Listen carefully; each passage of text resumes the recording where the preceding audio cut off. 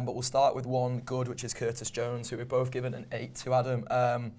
I just thought he was like, for me, like before the League Cup final, Slot mentioned the idea of playing Curtis Jones at right back, and I do wonder if there's a world in which, without a PSG game, or even if there was just more time to prepare for the League Cup final, whether he'd have actually done it, because he'd have had more time on the training ground to sort of try it out, see what it looks like, and done it for the League Cup final instead. I think what you see last night is there was people worried going into the game that Curtis Jones is not going to be a good right back. I almost don't think you needed him to be a right back, and definitely not against a team like Everton and the way they play.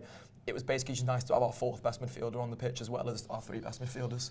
Yeah, I think I said on the post-match show last night that I thought he was our man of the match.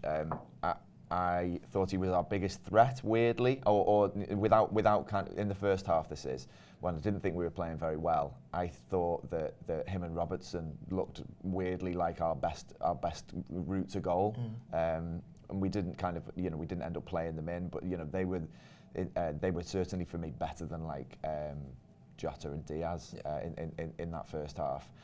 But yeah, Jones in particular.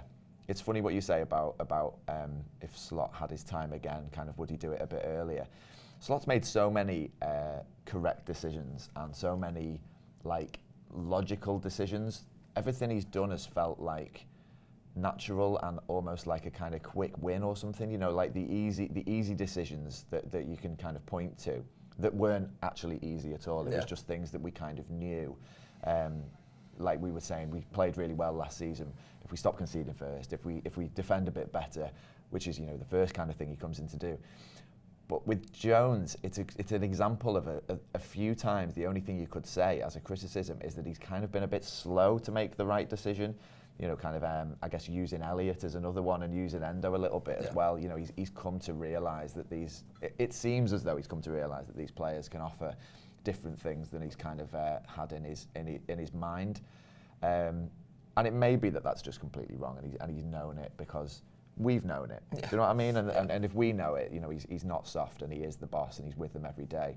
But that's how it feels. It feels like he's just now kind of cottoned onto the idea of Jones at right back, and I was delighted when I saw him named in the lineup. Same, last night. I was, yeah.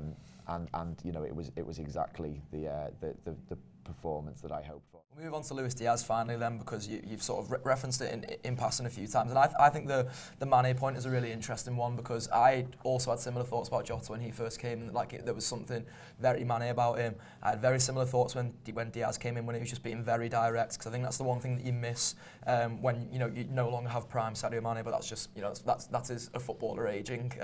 Maybe that's what we're seeing with Diogo Jota at the moment, albeit just sped up more than Mane, it feels like. But I think you are seeing elements of the Mane creeping back into Diaz this season. Definitely earlier in the season, he was like that.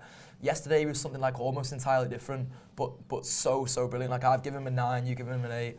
I thought he was better first half than some people are giving him credit for, possibly even than you're giving him credit for. I thought second half he was absolutely imperious. Like, he was so good. He was at the heart of like everything that Liverpool were doing well. And it's almost a shame then, like, because a 9 is usually safe, someone who has goal contributions. It's a shame there's not a real goal contribution in there, to be honest, because that felt like it was what he deserved, but it was just that all his best work was happening really quite far from goal was the problem, and where it becomes quite un-Mane in the end. Yeah. I guess I am a bit of more of a Diaz critic possibly than you, because I feel like that lack of a real goal contribution is fairly typical in a sense. And I do, but having said that, I do think that he was the difference between it, with it being a game of two halves. I think that I mean, he was the complete other end of the pitch for me, and I haven't seen it back. But sometimes when you watch the replays back, chances are closer than you think. Yeah. Cutbacks are maybe closer than nearer the goal than you kind of feel like when you're sort of frustrated and watching wingers especially. But yeah, I feel that. But maybe I am being a little bit harsh, and maybe he played the same in both halves and everybody else played better. I'm not sure, but to me it felt like he turned it up and had players closer to him. And as I said before, we had the territory closer to the Everton box. We started to make them look tired, and I thought that in a footballing sense, it was a bit of a battering ram actually before we scored. yeah, I mean, I would have loved a second last night. I would have.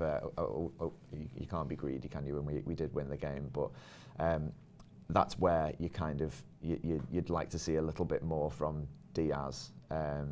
You know, he kind of hasn't ever been that kind of Mane-ish, score the first goal type player. But yeah, you'd like to see him when games are stretched, just popping up with a little bit more. But yeah, I think we know what we've got with Diaz, and you know, you just can't knock his durability. He turns up.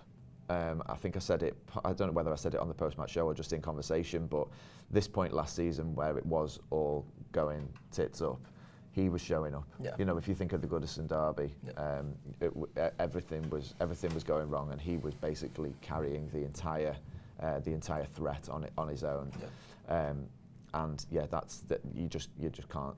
You can't turn your nose up at that. Yeah. It's an extremely valuable quality that I think it might be one of them where it'll take him leaving for us to kind of appreciate it properly.